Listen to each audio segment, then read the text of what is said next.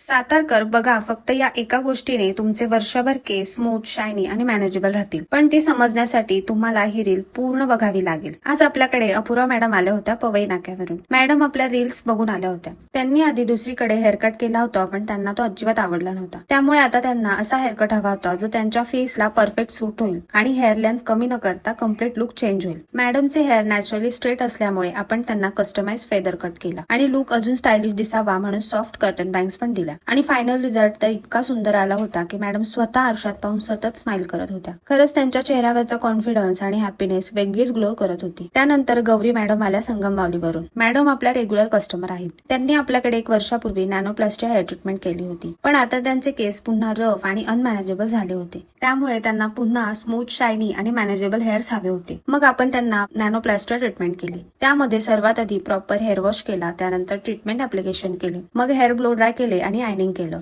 Final result तुम्ही पाहू शकता. मॅडमचे केस पुन्हा आधी सारखे सिल्की, स्मूथ, शायनी आणि सुपर मॅनेजेबल झाले होते. त्यानंतर तन्वी मोरे मॅडम आल्या होत्या विसावा नाक्यावरून. त्या सुद्धा आपल्या रेग्युलर क्लायंट आहेत. त्या नेहमी आपल्याकडे ट्रीटमेंटसाठी येतात आणि यावेळी त्यांच्या केसांमध्ये ड्रायनेस वाढला होता. हेअर सुद्धा वेवी झाले होते, त्यामुळे त्यांना नॅनोप्लास्टर ट्रीटमेंट करायची होती. मग आपण त्याची ट्रीटमेंट करून त्यांचे केस पुन्हा सॉफ्ट, स्मूथ आणि इझिली मॅनेजेबल करून दिले. अशा प्रकारे आज आपल्या सॉलॉनमध्ये गेलेले प्रत्येक क्लायंट खूप हॅप्पी, सॅटिस्फाईड आणि कॉन्फिडंट फील करत होता आणि त्यांच्या चेहऱ्यावरचा आनंदच आमच्यासाठी सगळ्यात मोठी गोष्ट आहे. तर सातारकरांनो, तुम्हालाही असेच हेल्दी, शायनी, फ्रीज फ्री आणि ब्युटिफुल हेअर ट्रान्सफॉर्मेशन हवे असतील तर आजच आपल्या रॉयल सलूनला भेट द्या. थँक्यू.